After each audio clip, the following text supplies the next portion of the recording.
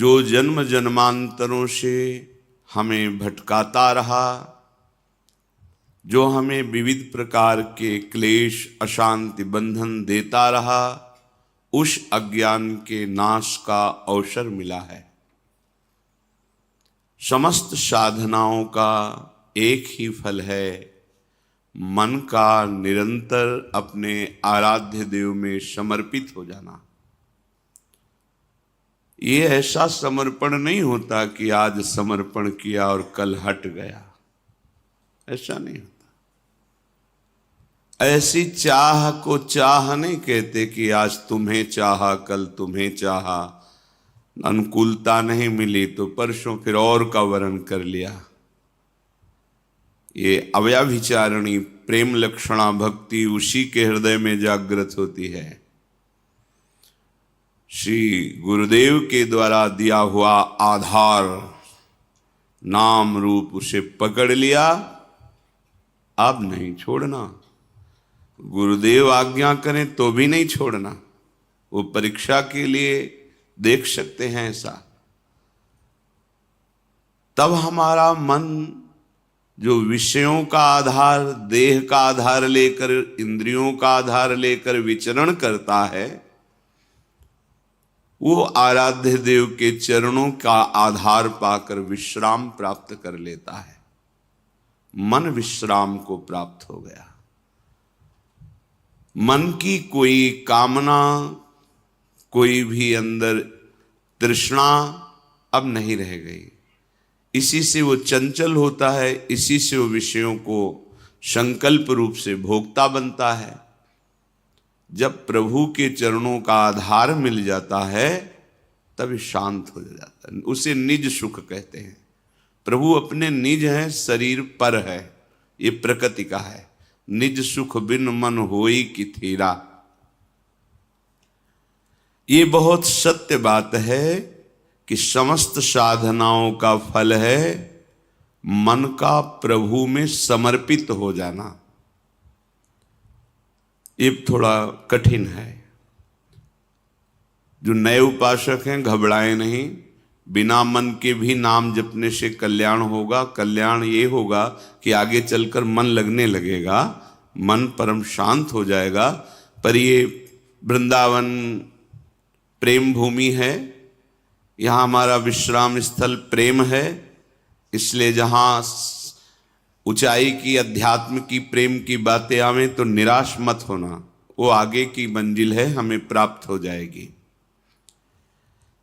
सारे साधनों का एक ही पर्यावसान है, मन का इष्टाकार हो जाना, इष्टमय हो जाना। परंतु ये बहुत कठिन बात है। मन का प्रभु में समर्पित हो जाना बहुत कठिन बात है। ये सर्वथा सत्य है कि मन का जब तक प्रभु में पूर्ण समर्पण नहीं होगा तब तक अध्यात्म की ऊंचाई पर, जहां काम क्रोध लोभ मोह मद मत्सर स्पर्श भी नहीं कर सकता, अर्थात स्फुरण ही नहीं होता है, उस भूमिका पर पहुंचना असंभव है जब तक मन अपने आराध्य देव में समर्पित नहीं हो जाता। बड़ी कठिन चीज है मन को रोकना। 5 मिनट मन कहीं गया ही नहीं, केवल प्रभु में डूबा रहा, बहुत बड़ी उपलब्धि है। निरंतर मन भगवदाकार है, वो तो सिद्ध पुरुष हैं। अर्जुन के सदस्य जो महाबली हैं, भगवान के सखा हैं और दिव्य हैं, वो प्रभु से कहते हैं कि मन को रोक पाना बहुत कठिन है प्रभु। इतनी सामर्थ्य है भगवान की कृपा से कि आपने चरित्र सुना, उर्वशी जी काम से प्रेरित होकर स्वागत करती हैं और वो कहते हैं माता कुंती और माद्री के समान मैं आपको देखता हूं। जैसे गुरु पर भाव होता है वैसा आप पर भाव है, आप एक शब्द भी ऐसा न निकालिए। ऐसे महापुरुष कह रहे हैं भगवान से स्वयं कि मन को रोकना बड़ा कठिन है। इतना कठिन वायुरिव सुदुष्करम, जैसे तूफान को रोकना कठिन है, ऐसे मन को रोकना कठिन है। परंतु भगवान अर्जुन की इस बात को एकदम नकारा नहीं कि तुम ठीक नहीं कह रहे हो, कह रहे ऐसा ही है। असंशयम महाबाहो मनो दुर्निग्रहम चलम, बिल्कुल तुम ठीक कह रहे हो, ऐसा ही है, मन को रोकना बहुत कठिन है। पर ऐसा नहीं है कि उसे रोका नहीं जा सकता, कठिन है पर रोका नहीं जा सकता, ऐसी बात नहीं है। तुम महाबाहो हो, शूरवीर हो, तुम प्रयास करो, ये हम सबके लिए है। तो हम कहें कि हम तो शूरवीर हैं नहीं, देहाभिमान के कारण तुम वास्तविक शूरवीर नहीं हो।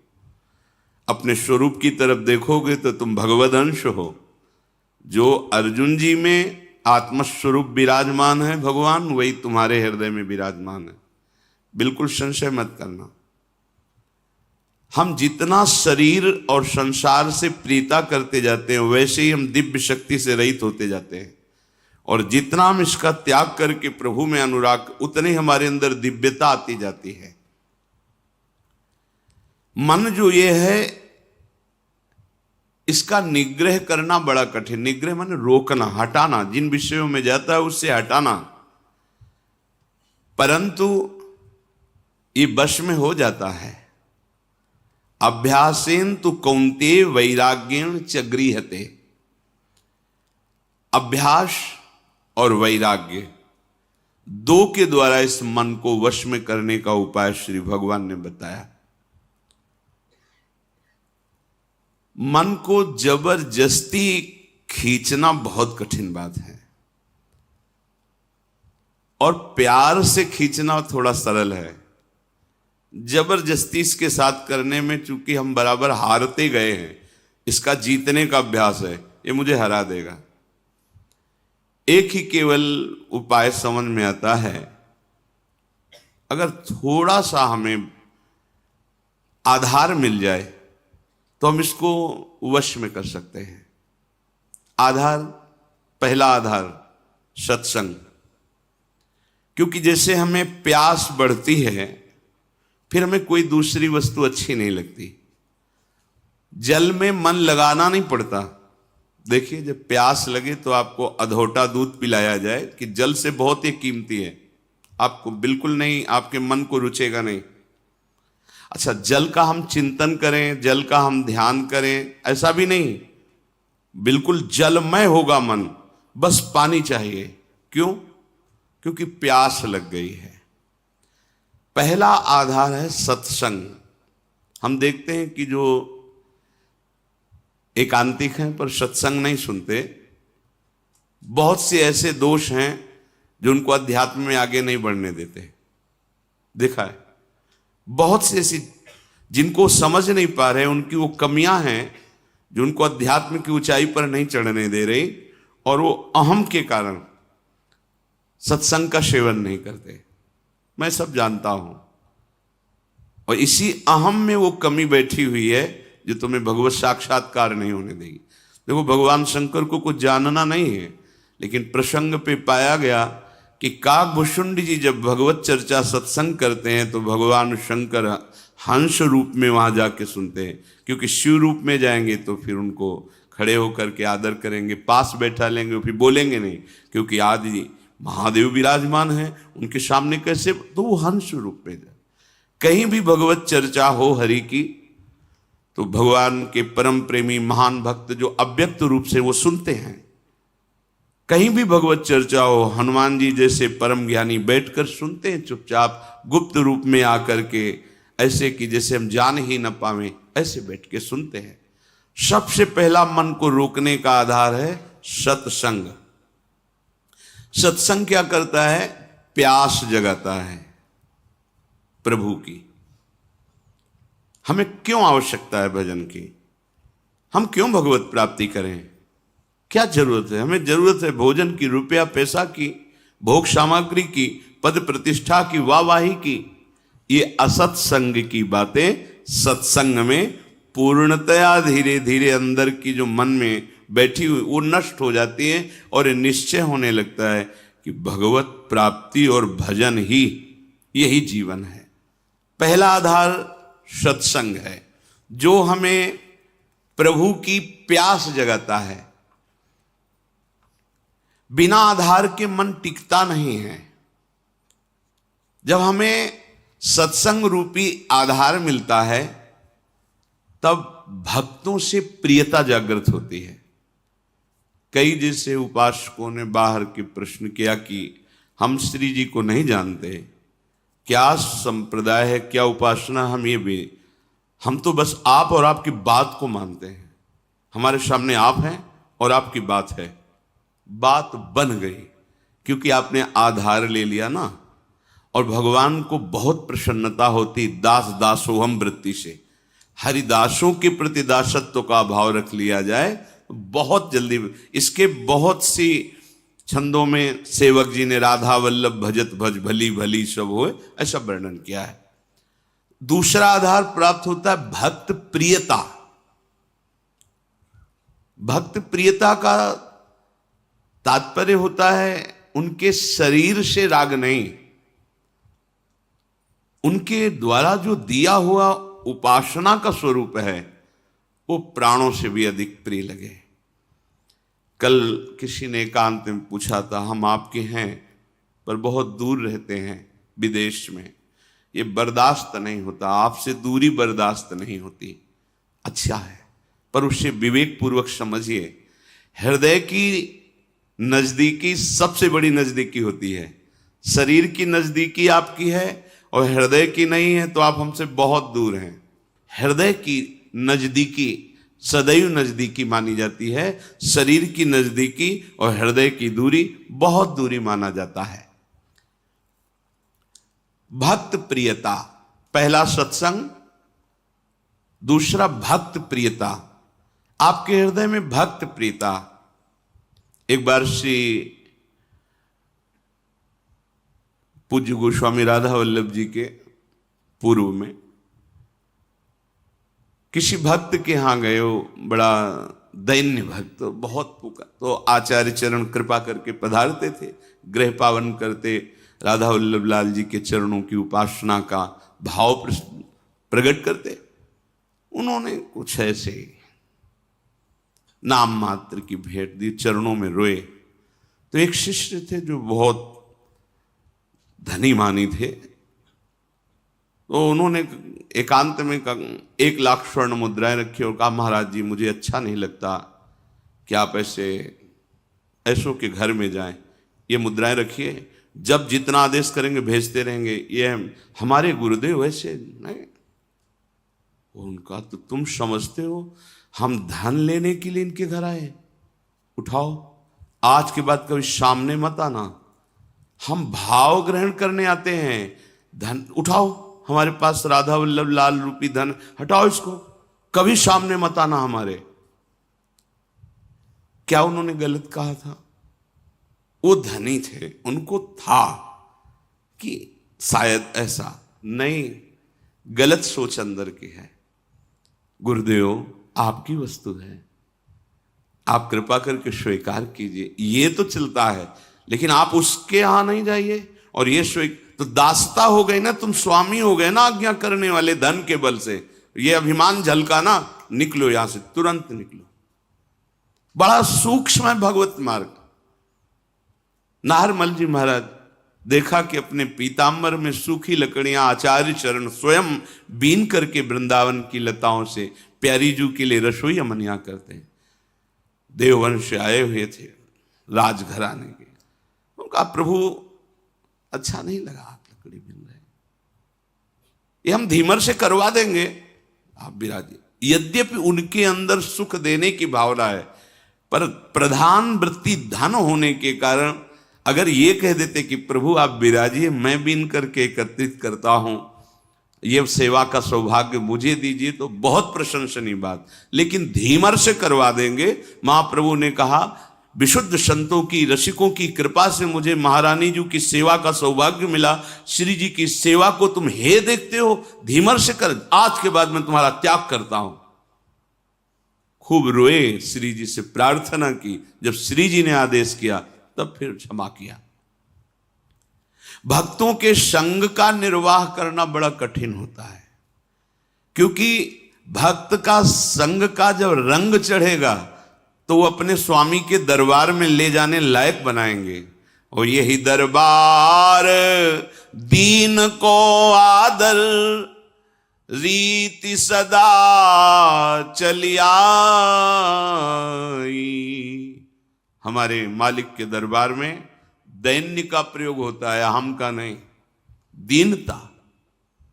जेहि दीन पियारे वेद पुकारे, द्रवहु सुश्री भगवान। जिनको दीन प्यारे हैं तो संत जन क्या करते हैं? तुम्हारे अंदर के अहंकार को नष्ट करते हैं। अब जब अहंकार पर चोट पड़ी तो जैसे सांप की पूंछ पे पैर रख जाए तो फन ऐसे अहंकार उड़ता है।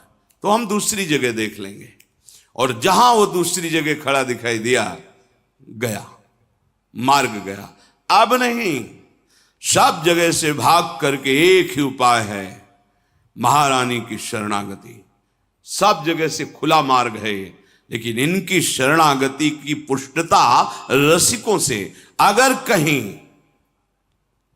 पंक्ति से बिलग हो गए तो अब कहीं के नहीं रहोगे, क्योंकि आधार अब मन का आपका अहंकार होगा, वो अहंकार आपको नष्ट कर देगा, किसी काम का नहीं रखेगा। किसी ने पूछा था हमसे, धनी थे, कि हमारी वृत्ति रही है बहुत दान देने की, हम क्या करें, क्योंकि उसके कारण बहुत लोगों का सानिध्य रहता है। बोला उसको उठा के यमुना जी में फेंक दो, जितने से तुम्हारी नमक रोटी चले उतना रख लो, देने लायक तुम मत रहो, क्योंकि ये देने की तुम्हारी अहंकार वृत्ति सतमार्ग से तुम्हें विचलित कर देगी, भगवत मार्ग से विचलित कर देगी। नहीं माना। भगवत प्रेमी महात्माओं का संग करने के लिए दैन्यता चाहिए, और दैन्यता भी ऐसी कि देने की स्मृति भी ना रहे।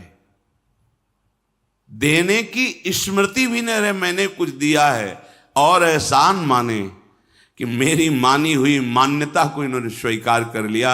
अहो भाग्य, जिसे मैं ढो रहा था उसको इन्होंने मिटा दिया। जब भक्त संग होता है, इसके बाद उसको प्रेम का आधार मिलता है। क्या?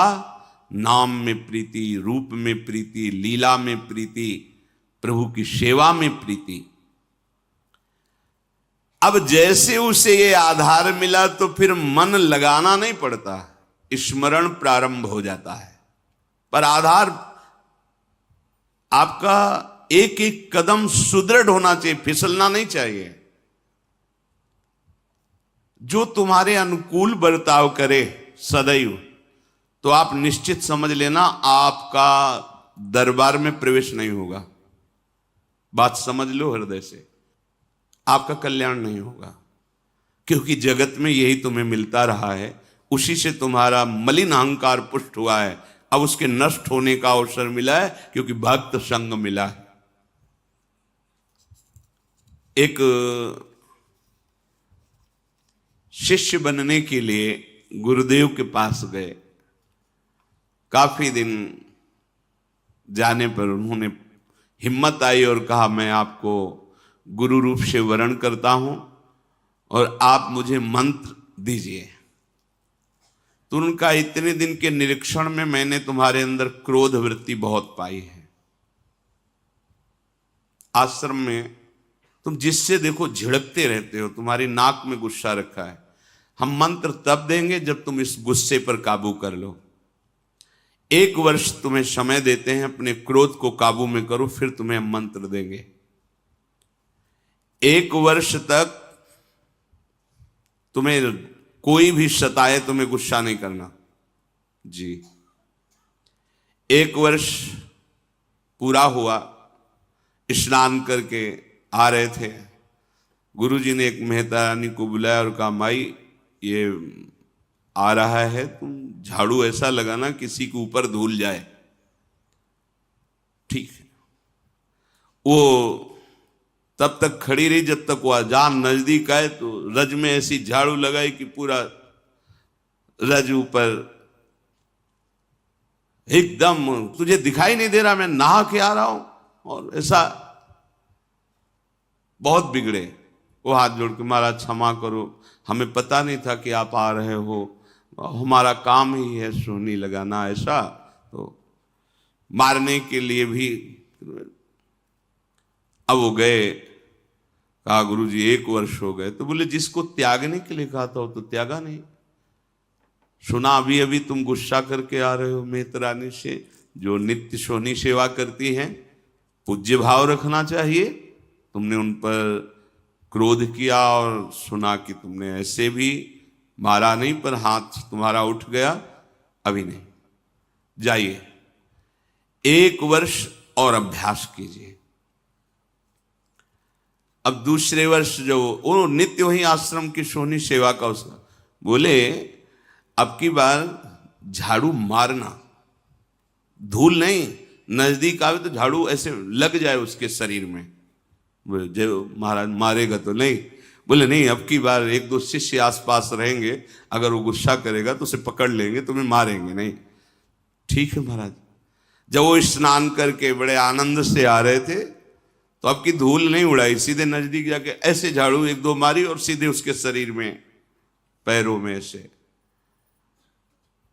उसने कहा कि मूर्खा, तुझे समझ में नहीं है, मेरा 1 साल पीछे बर्बाद कर दिया, फिर दूसरा मैं स्नान करके दीक्षा के लिए जा रहा था और बहुत कड़ुआ बोले, पर हाथ नहीं उठाया। गुरुजी देखो तुमने गुस्सा किया, अभी 1 वर्ष, जब तुम्हें गुस्सा ना आवे 1 वर्ष अभ्यास करो, क्रोध नष्ट होने पर ही हम, क्योंकि ये क्रोध बना रहेगा तो ये भजन आगे को जो विस्तार करना है भजन का, भागवतिक प्रकाश, वो होने नहीं देगा। अब सोचो जो अपने लोग परमार्थ में काम क्रोध लोभ आदि की वृत्तियों को ही नहीं देख रहे, मनमानी आचरण कर रहे, कैसे भगवत बोध होगा। गुरुदेव इतना समय हो गया और आपने एक बहाना बना लिया है कि गुस्सा करो। बोले दोष दृष्टि करते हो, और नहीं नहीं नहीं क्षमा, पर तो 1 वर्ष और, अगर भगवान नाराज हो जाए किसी कारण से तो गुरुदेव भगवान क्षमा कर दे तो भगवान कभी अपराध नहीं मानते। हरि रूठे गुरु शरण है, गुरु रूठे हरि नाहि। यदि गुरु भगवान का हृदय संतप्त हो गया तुम्हारे आचरण से, तो तुम्हें भगवान श्री हरि सहयोग नहीं करेंगे। अगर श्री हरि नाराज हो जाए और गुरुदेव भगवान का वरद हस्त है, कुछ नहीं बिगड़ने वाला। गुरुजी ने कहा कि अब तुम्हें 1 वर्ष तक पुनः अभ्यास करना है। 3रा वर्ष गंगा स्नान करके आया। गुरुदेव ने कहा आपकी बार कूड़ा भर के पूरी टोकरी रखना, जितना जूठन पत्तल सब आते उसकी खोपड़ी से डाल देना। ऐसा ही किया। जे भी नजदीक आए पूरा वो सब पवित्र जो प्रसादी दोना पत्तल झाड़ू से लगा के जो कूड़ा कर सब उनके ऊपर से डाल दिया। तुरंत उन्होंने घुटने टेके और चरण पकड़ा और कहा मां, मैं समझ नहीं पा रहा था कि आपका उद्देश्य क्या है।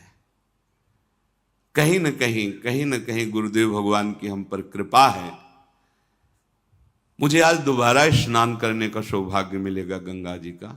लौट गए, नहा के आए, कहना नहीं पड़ा गुरु मंत्र दे दो, आओ गुरु मंत्र। क्रोध मान कई बार बताया।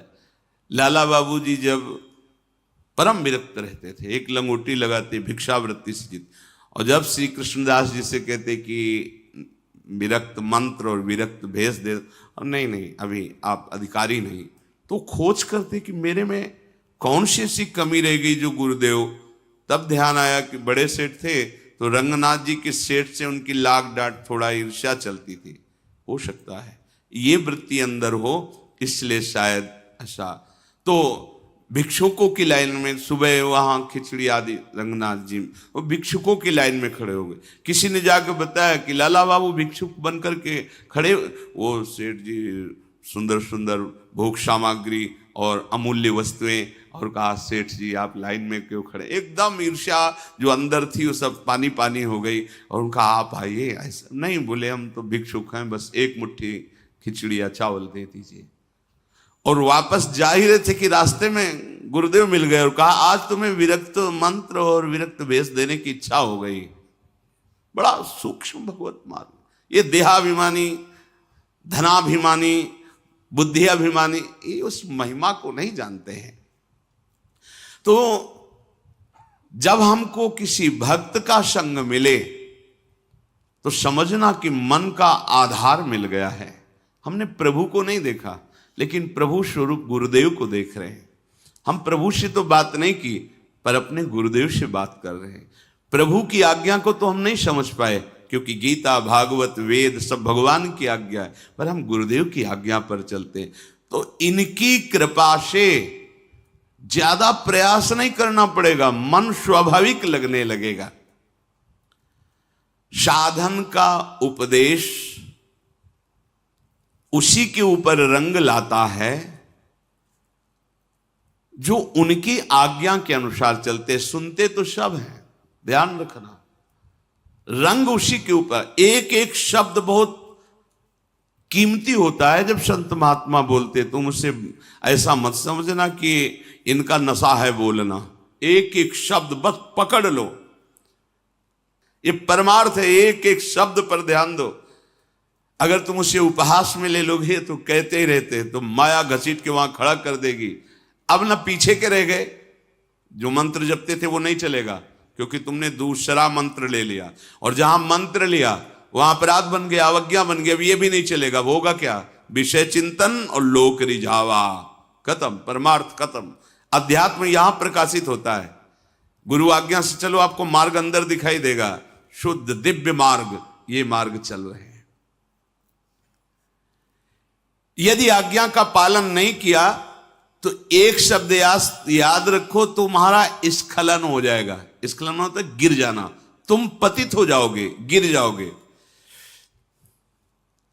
ये मार्ग ध्रुवदास जी ने लिखा है कि यद्यपि घरनी अति बुरी, पति नहीं छाणत ताय, देखत ही पर पुरुषम तजत ही वाय।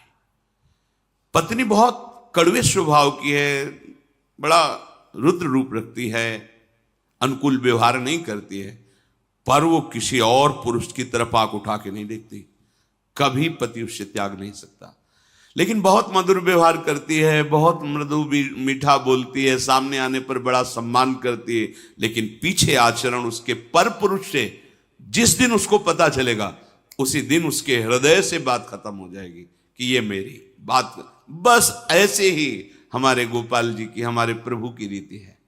मन वचन कर्म से प्रभु के अनन्य होकर एक भरोसो, एक बल, एक आस विश्व। अगर कहीं दिखाई दे गया कि दूसरे का आस, बस भी बहुत लंबी यात्रा है, आप मंजिल नहीं प्राप्त कर सकते। तो एक शब्द याद रखिए कि आज्ञा पालन न करना अर्थात अपने मार्ग से स्खलित हो जाना है। भक्ति साधन को मामूली साधन मत समझो। जो महाप्रेम प्रकट करके भगवान को अधीन कर दे, उसके लिए सिर्फ तुम्हारी अनन्यता की परीक्षा होगी। ध्यान रखना, सिर्फ अनन्यता की। आप अनन्य। हितोत्सव की बधाई में शब्द श्री जी ने निकाला था अंदर से कि निकुंज में बधाई बट रही तो निकुंज है, यहां भी एक बधाई सुन लो। यदि इनके सिवा तुम्हारे हृदय में अन्य आश्रय नहीं हुआ तो बधाई पक्की आखिरी जन्म। तो आपको लगता है हवा में बोल गए। एक दिन टटिया स्थान के एक महापुरुष बहुत प्रसन्न थे। उन्होंने कहा आज जो आ जाएगा, जो मांगेगा वो दे देंगे। संतों की मौज होती। बिहारी जी की ऐसी लीला एक भी व्यक्ति नहीं गया उस दिन, एक भी। और आराम से बैठे तो सबसे कह देता आज जो मांगेगा कोई, बिहारी जी मांगेगा बिहारी जी दे देंगे, प्रीति जो चाहेगा वो दे देंगे। गया ही नहीं, चिल्लाते जाओ तुम्हारा आखिरी जन्म। बोले हम ऐसे आचरण करेंगे कि तुम्हारी एक भी बात सत्य नहीं होने देंगे। अब फिर क्या है? अनन्यता होए अनन्य एक व्रत गहाओ, बस इतनी केवल मांग है। गीता जी में देख ले भगवान ने बहुत बार अनन्यता के लिए कहा। साधन में योग्य सद्गुरुदेव ही परमार्थ हैं। योग्य शब्द इसलिए यहां महापुरुषों की वाणी है इसलिए लगाया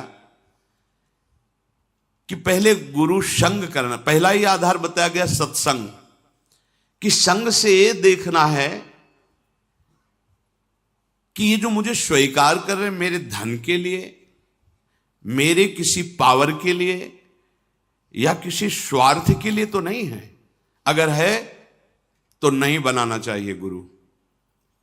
जज स्वामी जब नारायण स्वामी के नाम से जो प्रसिद्ध हुए, जब उनको जज भाव से वैराग्य हुआ भगवत प्राप्ति के लिए, तो हरिद्वार गए, ऋषिकेश।